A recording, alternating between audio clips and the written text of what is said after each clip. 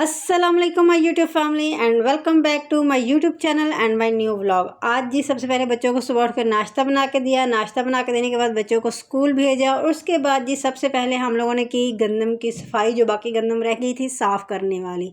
बच्चे स्कूल चले गए थे तो हम लोगों ने सिर्फ चाय पी और उसके बाद काम शुरू कर दिया, क्योंकि सुबह सुबह ठंडा मौसम होता है तो ये होता है कि सुबह जितनी जल्दी ये काम ख़त्म हो जाए उतना ही बेहतर है। बाकी के काम हम लोगों ने बाद में करने थे, इसलिए सुबह सुबह सबसे पहले गंदम की सफाई की।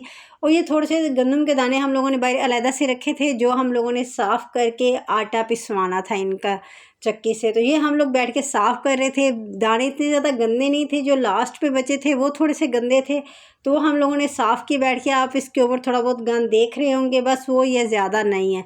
तो यहाँ पर हम लोग साथ मिलकर साफ़ कर रहे थे, ताकि ये साफ़ करके हम लोग आटा पिसवाने के लिए इसे दे के चक्की पे भेज सकें। ये काम तो हमारा ख़त्म हो गया था और अब बारी थी नाश्ते की। मुझे बहुत ज़्यादा भूख लगी थी तो मम्मा ने बोला तुम चल के आटा निकाल के बाहर रखो फ्रिज में से, मैं आके नाश्ता बनाती हूँ, तब तक मैं थोड़ा सा काम रह गया ख़त्म करके आती हूँ। आप देख सकते हैं किचन में भी कितना गंद फैला हुआ है, सारे बर्तन वॉश करने वाले थे। मैंने आटा निकाल के रखा और मम्मा के आने तक मैंने सोचा मैं पहले बर्तन वॉश कर लूँ, क्योंकि खाना खाना था और बर्तन सारे वॉश करने वाले पड़े हुए थे। बच्चों को नाश्ता बना के दिया था, वो करके गए थे। हम लोगों ने चाय वगैरह पी थी, तो बर्तन सारे वॉश करने वाले पड़े थे। तो इसलिए सबसे पहले मैंने बर्तनों को वॉश करना शुरू कर दिया, क्योंकि अगर बर्तन वॉश नहीं होंगे तो खाना खाना मुश्किल हो जाएगा। और सबसे पहले ये बात है कि अगर बर्तन वॉश होंगे तो फिर मुझे खाना खाने के बाद ये नहीं होगा कि अभी पहले वाले बर्तन पड़े हैं और मज़ीद गंदे हो गए हैं। तो बर्तन जब वॉश होंगे तो फिर मैं बाकी काम कर लूँगी, मुझे बर्तनों के पीछे भागने की ज़रूरत नहीं पड़ेगी। मम्मा भी मेरी नीचे ही थी हॉल में, वो बाकी जो दाने थे, वो गंद वगैरह था, वो साफ़ कर रही थी, वो अलग-अलग करके रख रही थी। तो मैं ऊपर बर्तन वगैरह वॉश करने शुरू कर दिए थे। आज सारा दिन गंदम के दाने साफ़ करने में ही गुजर गया और बच्चे तो स्कूल से भी आ गए थे और हम लोगों ने भी नाश्ता करना था। हम लोग कितने भी लेट हो जाएं, लेकिन नाश्ते वाला पराठा हम लोग ज़रूर खाते हैं। अगर पराठा ना जिस दिन खाएँ उस दिन सारा दिन बड़ा अजीब सा गुजरता है, ऐसा लगता है जैसे पता नहीं कौन सी चीज़ खो गई है। तो नाश्ता हम लोग जो है वो ज़रूर करते हैं पराठे का, वो चाहे हमारा लंच टाइम पे हो, वो चाहे हमारा इवनिंग टाइम पे हो, हम लोग नाश्ता ज़रूर करते हैं पराठे का। नहीं तो हमारा दिन अच्छा नहीं गुजरता। पहले जो दिन गुजर जाता है वो तो कामों में गुजर जाता है, लेकिन बाद में भी अजीब सा फील होता है, तो इसलिए हम लोग जो है वो पराठा ज़रूर खाते हैं। और यहाँ पर मैं आपसे एक बात शेयर करना चाहती हूँ, ऐसे ही मेरे जहन में आ गई तो मुझे लगा मुझे आप लोगों से शेयर करनी चाहिए। जब भी आप काम कोई करने लगो, कोई भी काम हो, आप अपने लिए कर रहे हो, अपने घर वालों के लिए कर रहे हो, कभी भी उसे अपने रिश्तेदारों के साथ शेयर ना करो। कभी भी उन्हें ना बताओ आप क्या कर रहे हो क्या नहीं कर रहे हो, वरना आपका काम कभी भी अच्छा नहीं होगा और मुकम्मल भी नहीं होगा, वो रास्ते में ही अटका रहेगा। जिन चीज़ों का आपके रिश्तेदारों को पता चल जाता है वो कभी कामयाब हो ही नहीं सकती। लोगों ने ऐਵੇਂ ही फुफ्फियों को बदनाम किया हुआ कि फुफ्फियाँ तवीज़ करती हैं, ये करती हैं, वो करती हैं, नज़र लगाती हैं। मैं कहती हूँ जितना मासियाँ करती हैं ना, कोई भी नहीं करता। मासियों से तो अल्लाह ही बचाए। जो छोटी बड़ी मासी होती है ना, वो तो आपकी जान का अजाब होती है। सबसे ज़्यादा आपके लिए बुरा वक्त वही लोग लेके आते हैं। तो बेहतर होता है आप चाहे आपके कज़नों से आपकी कितनी भी बनती है, आपकी फ़ीमेल कज़नों से, मेल कज़नों से, कभी भी उनसे भी अपने राज़ो न्याज़ ना बताओ कि हम लोग ये काम कर रहे हैं, ये कर रहे हैं, भाई दुआ करो हम कामयाब हो जाएं, क्योंकि वो भी उन्हीं के बच्चे होते हैं। बेशक वो आपके मुंह पे आपके साथ कितने अच्छे बन जाएं, कितने भी अच्छे हों, लेकिन वो एक जेलसी फैक्टर उनके अंदर होता ही होता है और एक वक्त पे वो काम भी करता है और वो अपना आप दिखाता भी है। ये लोग कभी भी अपनी आदतों से बाज नहीं आते। ऐसे लोगों से लिहाजा दूर रहें और अपने दिमाग और दिल की बात कभी भी इनसे ना करें। अगर आप कुछ बनना चाहते हैं, कामयाब होना चाहते हैं, तो अपनी बातों को अपने तक रखें। किसी को भी कोई बात ना बताएं जब तक आप किसी मुकाम पर पहुंच नहीं जाते, वरना आप भूल जाएं कि आप कुछ बन पाएंगे ज़िंदगी में। ये रिश्तेदारों की नज़रें होती हैं जो लगने से बाज नहीं आती हैं। मैं पहले भी वीडियो यूट्यूब पे बनाती थी, मेरी वीडियो फेस के साथ होती थी रेमेडी चैनल पे। मेरा एक और रेमेडी चैनल अब मैंने बनाया। पहले रेमेडी चैनल पे तकरीबन 20K मेरे सब्सक्राइबर हो गए थे और वो मेरा चैनल किसी वजह से मोनेटाइज़ नहीं हो पाया। और मैं सच बता रही हूँ, कुछ ऐसे लोग थे, मुझे पता भी था कि इनकी नज़र कैसी है, और उन लोगों को पता चल गया था मेरा चैनल का। उन लोगों ने 2-4 बातें भी की कि छोड़ दो, ये ऐਵੇਂ ही है, ये वो किया। और सच्ची बताऊँ, मेरे उस चैनल का बेड़ा गर्क हो गया, वो मोनेटाइज ही नहीं हुआ। उसके बाद मैंने एक और रेमेडी चैनल बनाया है अब मैंने नहीं किसी को बताया कि मैंने बनाया है, भाई इसे सब्सक्राइब करो या मेरा चैनल है, ये वीडियोस जाके देखो। मैं नहीं बोलती किसी को, जो मेरा नसीब है वो मुझे मिल जाएगा। मेरे उस पे व्यूज़ पूरे हो गए थे 10 मिलियन से ज़्यादा थे। तो मैंने मोनेटाइज़ के लिए रिक्वेस्ट सेंड की और वो मेरी रिजेक्ट हो गई। 3 दफ़ा मैंने की, तीनों दफ़ा रिजेक्ट हुई और वो मुझे चैनल छोड़ना पड़ा। उसके बीच में कुछ मिस्टेक्स भी मुझसे हुई थी, लेकिन सबसे ज़्यादा बात होती है नज़र की। नज़र जब लग जाए ना तो आप भूल जाओ आपका कोई काम बनेगा। वरना मैंने लोगों के इतने इतने बिगड़े काम भी बनते देखे हैं। मेरा वो 3 दफ़ा चैनल रिजेक्ट हुआ है और मैंने अक थक के छोड़ दिया। मेरी 4 साल की मेहनत थी, 4 साल मैंने उस चैनल को दिए थे और 4 साल में अब आकर 20,000 मेरे सब्सक्राइबर पूरे हुए हैं और व्यूज़ भी पूरे हो गए थे 10 मिलियन से ज़्यादा थे, 15 मिलियन थे। तो मैंने बोला चलो ये आज मेरा जो है चैनल है वो मोनेटाइज भी हो जाएगा। लेकिन हुआ मेरे साथ क्या कि मेरा चैनल रिजेक्ट हो गया। फिर मुझे एक वीडियो बना के वो जो रिक्वेस्ट करने का मौका मिला वो भी मैंने की, वो भी रिजेक्ट हो गया। फिर 1 मंथ बाद का मौका मिला, वो मैंने किया, मेरी वो भी अपील रिजेक्ट हो गई। 3 अपीलें मेरी रिजेक्ट हुई। मैं मायूस हो गई उस चैनल से और मैं इतना ज़्यादा रोई थी। इवन मेरा भाई भी घर पर था, उसे जब पता चला वो भी इतना रोया कि 4 साल की इसकी मेहनत थी और उस पे पानी फिर गया। कुछ गलतियाँ हमारी अपनी भी थी, तो फिर हम लोगों ने सोचा कोई बात नहीं, अल्लाह खैर करेगा। मैंने वापस से अपना यूट्यूब पे अकाउंट बना लिया और उस पर वीडियोस अपलोड करना शुरू कर दी। मेरे घर वालों ने वीडियोस देखी तो उन्हें पता चला, उन्होंने बोला चलो कोई बात नहीं, दोबारा से मेहनत कर लो, अल्लाह खैर करेगा। और अब तो काफ़ी हद तक तुम्हें यूट्यूब समझ में भी आ गई है। तो मैंने वापस से काम करना शुरू किया, लेकिन उस चैनल की वजह से मैं आज तक इतनी अपसेट हूँ ना कि मैं रेगुलर काम ही नहीं कर पा रही। मेरा दिमाग इतना ख़राब हुआ पड़ा है इस चीज़ की वजह से। तो मैं हमेशा कोशिश करती हूँ कि मैं जो काम कर रही हूँ अब वो मैं किसी रिश्तेदार तक भी ना जाने दूँ, किसी को पता ना लगने दूँ।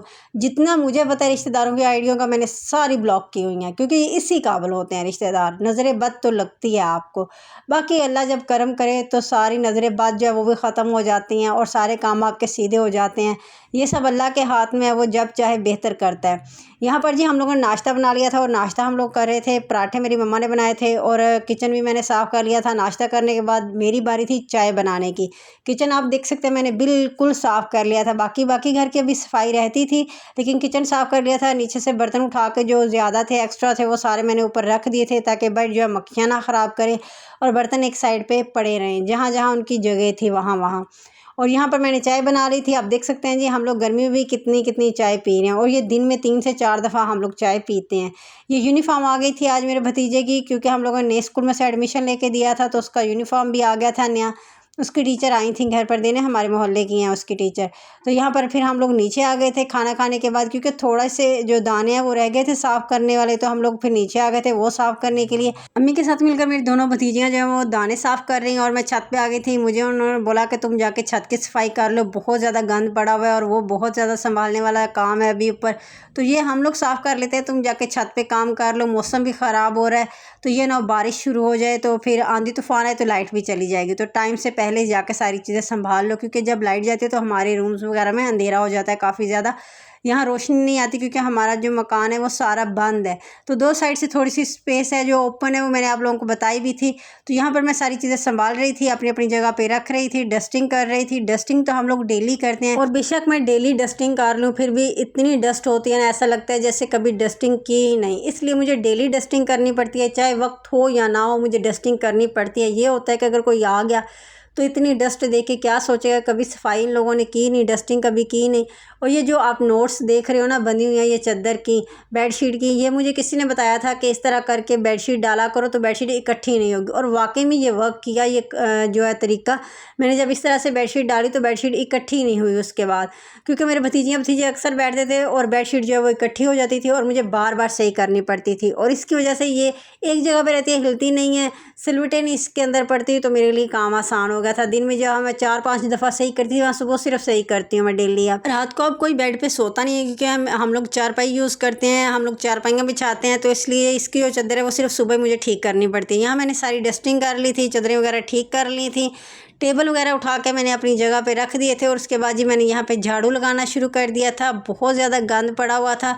हमारी और हमारे बच्चों की आदत है, हम लोग फर्श पे बैठ जाते हैं, तो जब तक हम लोग सफाई ना करें हमें सुकून नहीं आता, क्योंकि गंद पे तो बैठने का भी दिल नहीं करता। जब तक रूम साफ़ ना तब तक हम लोग नीचे भी नहीं बैठते हैं, और मेरी आदत है जूते उतार के ज़्यादा घर में चलने की, तो इसलिए मेरी यही कोशिश होती है कि मैं जितनी डस्टिंग हो सके करूँ, फर्श जो है वो साफ़ करूँ, कहीं से भी कोई भी डस्ट जो है वो पाँव के नीचे भी ना आए, क्योंकि मुझे फिर बड़ा अजीब सा फील होता है। तो मैं इसलिए सारे घर की सफाई रखती हूँ। बार बार अगर मुझे झाड़ू लगाना पड़े मैं बार बार भी लगाती हूँ। झाड़ू लगाने के बाद अब यहाँ पर मैं मोप लगा रही हूँ। गर्मियों में मैं मोप बहुत कम यूज़ करती हूँ, ज़्यादातर मैं फर्शों को पानी से वॉश करती हूँ, क्योंकि पानी से वॉश करने के बाद जितनी भी डस्ट वगैरह गंदगी होती है वो सारी उतर जाती है। सर्दियों में मुझे इसलिए जो है फर्शों पे मॉप लगाना पड़ता है कि पानी जो होता है वो खुश्क नहीं होता, इतनी इतनी मेहनत करनी पड़ती है। पहले जी पानी से वॉश करो, फिर ऊपर खुश्क कपड़ा लगाओ, तो वो डबल काम हो जाता है और सारा दिन फर्श वॉश करने में और उससे ड्राई करने में ही गुजर जाता है। उस कमरे की सफाई करने के बाद अब बारी आती है इस कमरे की। इसके अंदर भी काफ़ी ज़्यादा गंद डला हुआ है, चीज़ें बिखरी पड़ी हैं। वजह ये है कि कल हम लोग गंदम सारा दिन साफ़ करते रहे थे और शाम में खाना बनाना शुरू कर दिया, मौसम ख़राब हो गया, लाइट चली गई,